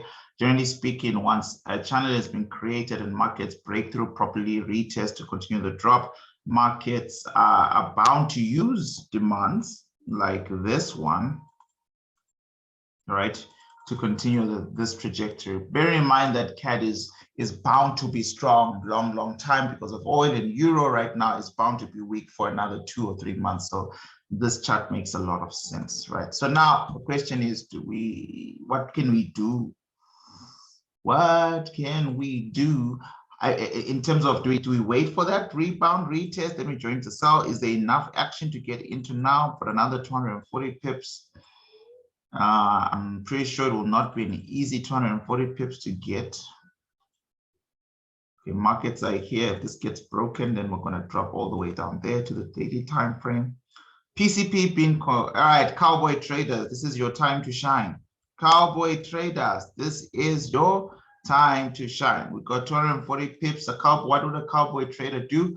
A cowboy trader would assume that the price is going to continue dropping and then put a sell stop order here, and then a cowboy trader would hold. Or a cowboy trader would simply find a supply or selling port into today's trade on the 15 minutes time frame, and as soon as he finds a significant place to sell, he'll then try and swing it all the way down there. All right, so I'm not a cowboy trader. I don't like getting on horses if they're going to throw me off, right? So this could be a PCP, which is fine, because then what will happen is, if it is a PCP, the cowboy trader will make money potentially twice if they know what they're doing, if they enter again properly, and that's good for them. But what we want to do is allow retail traders and cowboy traders to go in first, and then we see. So that's currently at play right now in terms of future. Otherwise, the best type of trade setup is going back up here. That's the best. Honestly speaking, this is the type, and you can't be a part of it, sure, but you want it to happen for yourself. You want to sell up there. There are way too many sell orders up there, but you want to make sure that when price is coming back up, it's not coming back parabolic, right? So it'd be nice if markets come back before making contact with the demand. If they make contact with the demand, they're going to come back with a lot of strong buy orders, meaning they're going to come back parabolic. Parabolic is why Bitcoin fell, why Bitcoin will always fall, why stocks will fall, or why other crypto, anything that rises up to parabolic is dangerous. That means this supply is in danger. What you want price to do is to accumulate. Yeah, to come up, but accumulate. If price can accumulate like this, slowing down and extinguishing any buyers, then that supply can really run and hold, right? This is the opposite of parabolic trading. We don't want to see parabolic structures. We want to see some type of accumulation, right? So what I'm going to do is here for now, I'm going to write a sell order for this area here, in case I forget. Right, and then also, special note, do not forget the rules. You don't want to sell if price has changed its mind about who's in charge. So if markets come hot from a governing demand now, which is really where we would be coming from, you want to make sure, and it is, that there's confluence. You can tell that area of value is protected. So it's not going to be a problem as long as you're taking that one area of value that I showed you, which is somewhere in here. It's inside a governing supply, inside a weekly supply, right, inside a daily supply. Right, so this is beautiful. EURCAD is unfortunately one of those trades we're going to have to wait for. One, I have to wait for you. I'm going to have to wait for this one. Right, next. So we've done EUROCAD, AUDJPY, AUDJPY, AUDJPY. JPY pairs, remember, most of them should be approaching a supply. I mentioned that earlier on. I apologize for that. That was way too loud. Which reminds me, whenever I see governing charts like this, I'm reminded of a trade I did not take. Then I asked the students in the 365 group to analyze platinum and give me their opinions. And then Mr. Alvin, I don't know if you remember, but I remember. I know you watch most of these videos. Mr. Alvin gave us some clean analysis on platinum. And I don't know, buddy, I think I looked at so many charts that day, right, that I was like, will this work? And obviously it was going to work. And you gave a perfect well done on you. He's still in class. He's still literally, he's about to start module 2. Granted, he had access to the remote course a whole lot earlier, but that was fantastic. And if I didn't come back to tell you I liked your platinum chart, I'm telling you now. And I'm bringing this up, sir, and Alvin, just comment down below and let me know you watched this part, because I want to say thank you, but more importantly, to build your confidence. You were right, right? Even if you're still waiting to complete the course, rest knowing you could have made money here. Right, because if you don't start building confidence in yourself as a trader, what happens is you might get analysis struck, but then you won't pull the trigger. Right, this is money. This is literally, you have been right, you've been right, you've been right, you've money. This is a PCP now being formed in the daily time frame. This is good money. This is literally your work. Well done.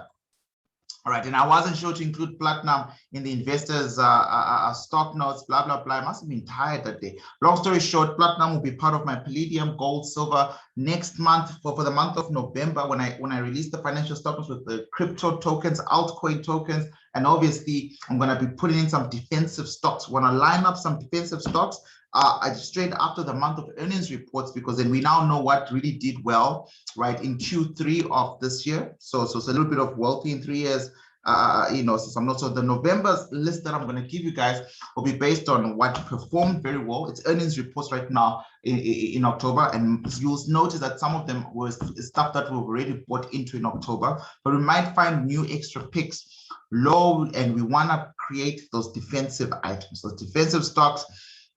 Stuff that doesn't go out of fashion, like some gold EFTs, silver EFTs, palladium, platinum. You can see platinum is starting to go up. I can tell you right now that the projected amount for platinum is about 1.7 between now and next year. Projected amount for platinum. Platinum was slowed down because of supply chain issues due to COVID, right? COVID and its problems are slowly starting to come back down. Remember, this thing has fallen, it's plummeted. You can see by 1.7, we're sitting in a very lack of supply. Most financial analysts, including myself, agree that this baby needs to get back here by next year. All right, so this is something. So there'll be many other buy opportunities to enter. It's just that Alvin found the most perfect one. There's always one perfect buy and one perfect sell. Everything after that is secondary. Believe you me, there is one big institutional push, and then there are many other ones we call PCPs, potential continuation patterns. And to have a student locate that, very well done, right? But this is long-term platinum is a very, very good call for investors as supply chain issues go away, right? But anyways, the chart that we're looking at, which I can't remember what it was it AUDJPY? What was it? AUDJPY or I think it was AUDJPY. I could be wrong. I could be wrong. I could be wrong. AUDJPY.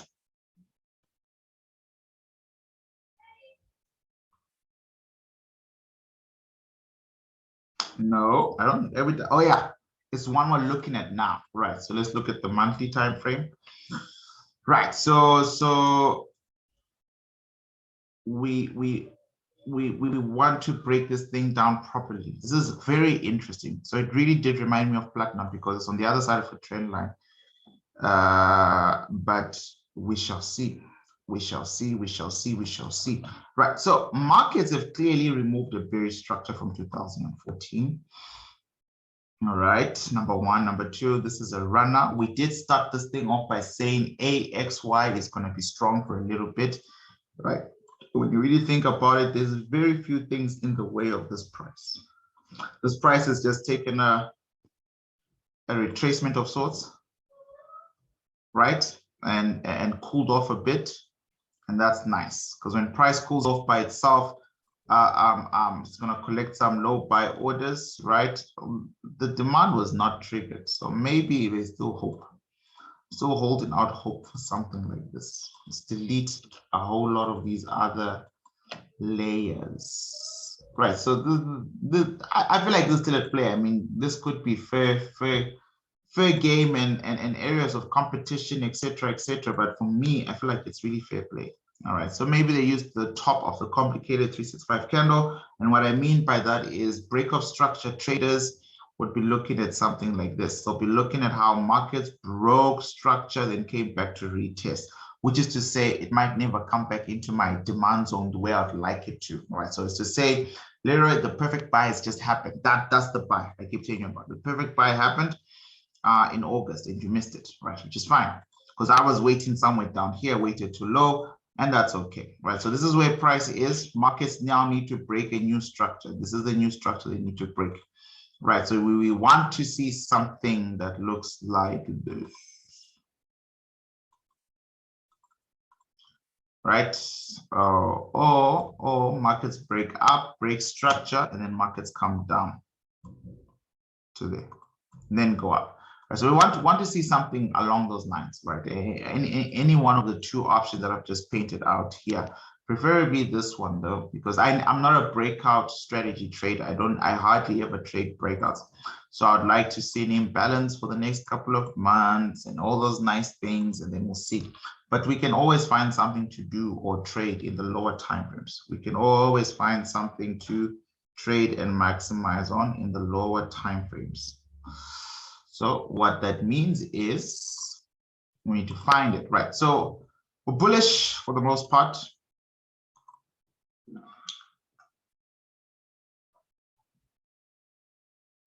I think I marked this out on the 23rd of August, and then I forgot about it and markets came back 2 weeks ago. Markets were here 2 weeks ago, 3 weeks ago, and I was not present. I missed it. It's okay. It's okay. Full-time trader again. Busy Leroy is gone. Time to trade full-time again. Missed it. Right. So, you know, this is it. All we can hope for is a very strong supply. This is not it. This might not even be it. All right. Then we've got breakout structure. But right now, the only place to wait for price is probably within this protected governing demand. This is the only place right now to wait for price. And if you're patient, you see markets do come back down. They do come back down. Granted, this was during a downtrend, but yeah, if we're patient enough, all right, markets will come back down. If they don't come back down, they might give us an incorrect way to draw a Fibonacci, because we have not yet received a swing high at the top. But let's say we do receive a swing high when markets start to swing, and we draw it right there. You will notice that my 0.61 is sitting at the top of break of structure. See there, the structure here, markets broke it going up. Why do I bring that up? It's because this chart is clearly relying a lot on break of structure trades. So you don't want to miss out these areas there with 0.01. And if we go to H4, we'll find a demand. There you go. Now I'm on H4, and there you go. It's a demand right there. So hold out for 2 pending orders. The first one is, for me, won't be a serious big pending order, because markets could go a little bit lower. For example, price could come back, create a body just outside, and then use a wick, meaning it will trigger 1 and 2, or close here, body, and then have a long wick inside like that.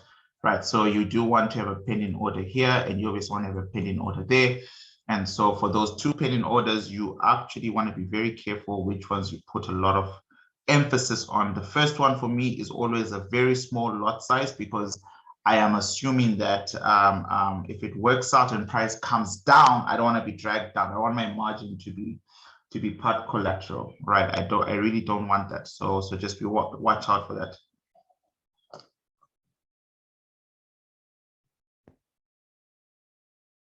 All right. AUDJPY, Euro Swiss franc. Like, the list is growing, eh? We like on 10 trades. List is growing. 11 pending on.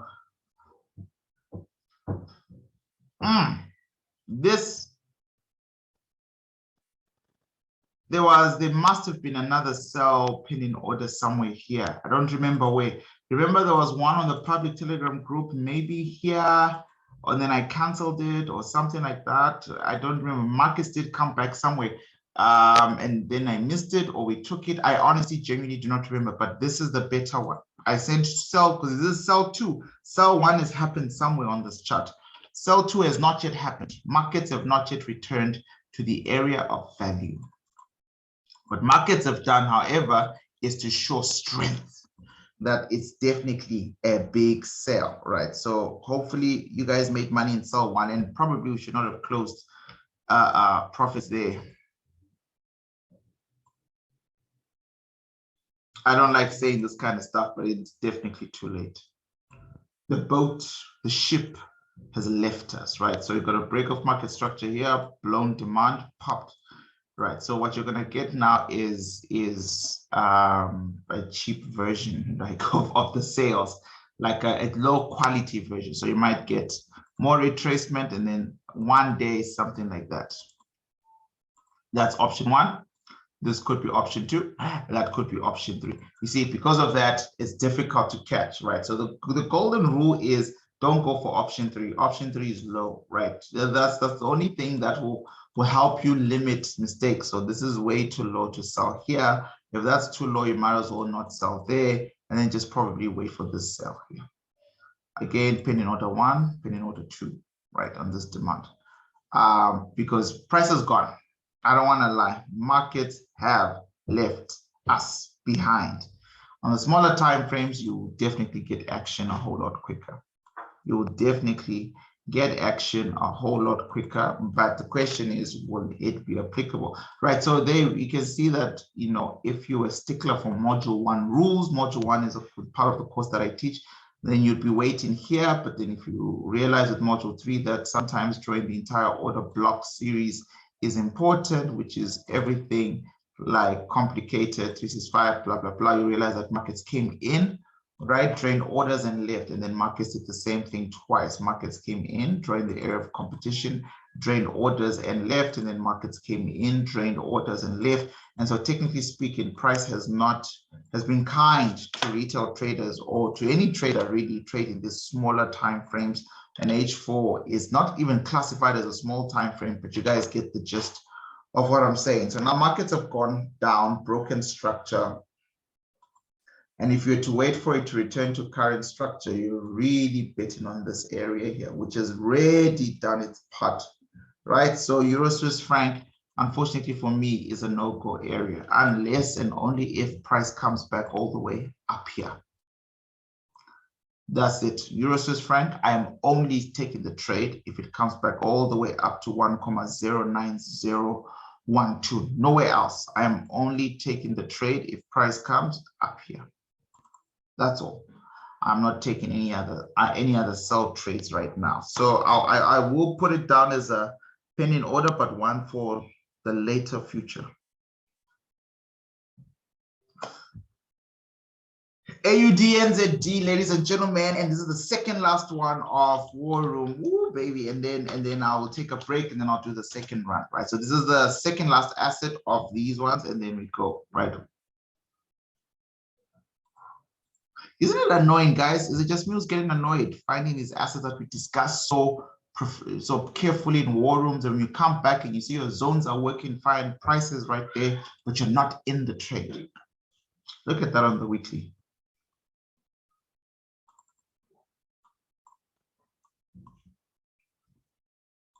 It would be nice if price actually got in here. This is better. It's not like a proper rejection pattern right there, right? So markets could come back at some point. Depending on how the politics of how you draw your areas of value, right? This could also be a broken supply, just being exhausted now. So that price might come up here.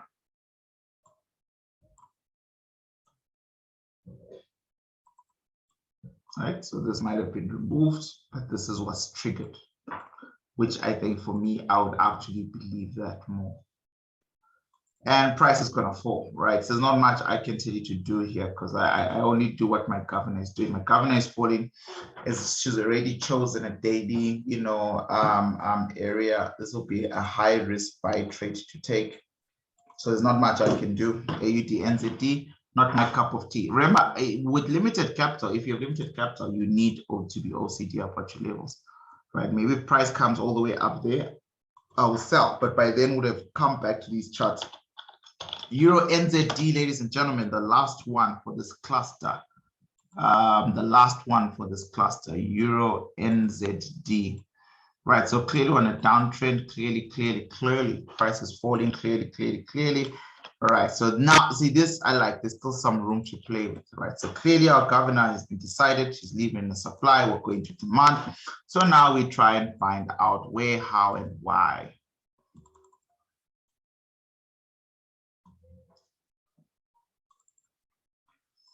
Need to make this, all right.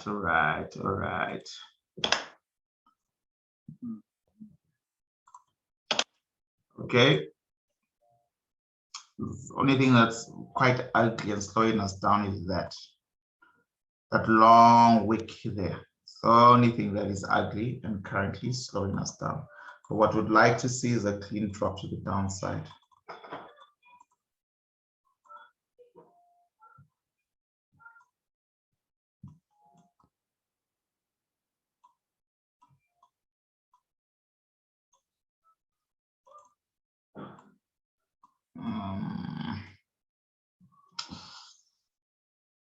Maybe, give me a second. Let me work. Yeah, 0.18. Yeah, okay, maybe, but now with normal candlesticks, what are the order blocks saying? Right, so it's a bearish engulfing pattern, so it might hold, but then price is now breaking lower. It's a tricky one.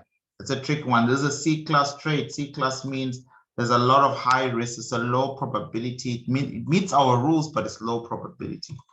If you feel like taking a risky trade, that's a good place to go wait to sell. That somewhere in here is a good place to wait to go sell. I won't write this one down, guys. I'm really looking for high probability setups. Every week, we've got 7 weeks to get to $16,312. There's no need for me to pressurize myself and take every single trade. I want high probability setups. So I'm going to leave it here. So far, just so you know, between this video and the one I dropped the other day, we've got a Swiss JPY trade, Palladium long idea, China 50, US 30, US JPY from class. I'll cover it in the next one, but during one of our classes, we broke down USD JPY. I'll share it with you. AUDCAD sale, Euro AUD buy trade, CADJPY, probably a buy trade. Didn't write down where it was here, buy trade. Euro pound buy, EuroCAD sell, AUDJPY buy, Euro Swiss franc sell. This is where we are, 11 trade ideas. And then we still have the last cluster, War Room 3, with a lot of pound pairs to look at, a lot of other crosses. And then we're going to go back to some indices, because the last time I did them, I was low energy and I just chose 2. All right, but guys, thank you so much for watching. If you're still rocking with me, please like the video, guys. Let me know this is helping you. Like the video. Also, tell me, if you don't mind sharing in the comment down below, what's your realistic target? I'm on 16,312. Look at your capital. There is no judgment. My targets, once upon a time in my life, my mentor actually kept me on, can I keep $1? He taught me how to keep $1 in the markets. Literally, if I made $1, I would have to close the trade to get that into my head. Did that for 6 months. Tough times where I come from, right? So just let me know what your targets are. Guys, shake my hand. Please check out the next video, more charts, more trades. We won't have a war room this coming Sunday, guys, because we're putting in the work right now. I'll do a pre-recorded war room of all the trade ideas combined before I put them up on that PDF. For those of you who want to access our remote course, guys, appreciate you long time. Have a good day. 3, 6, 5.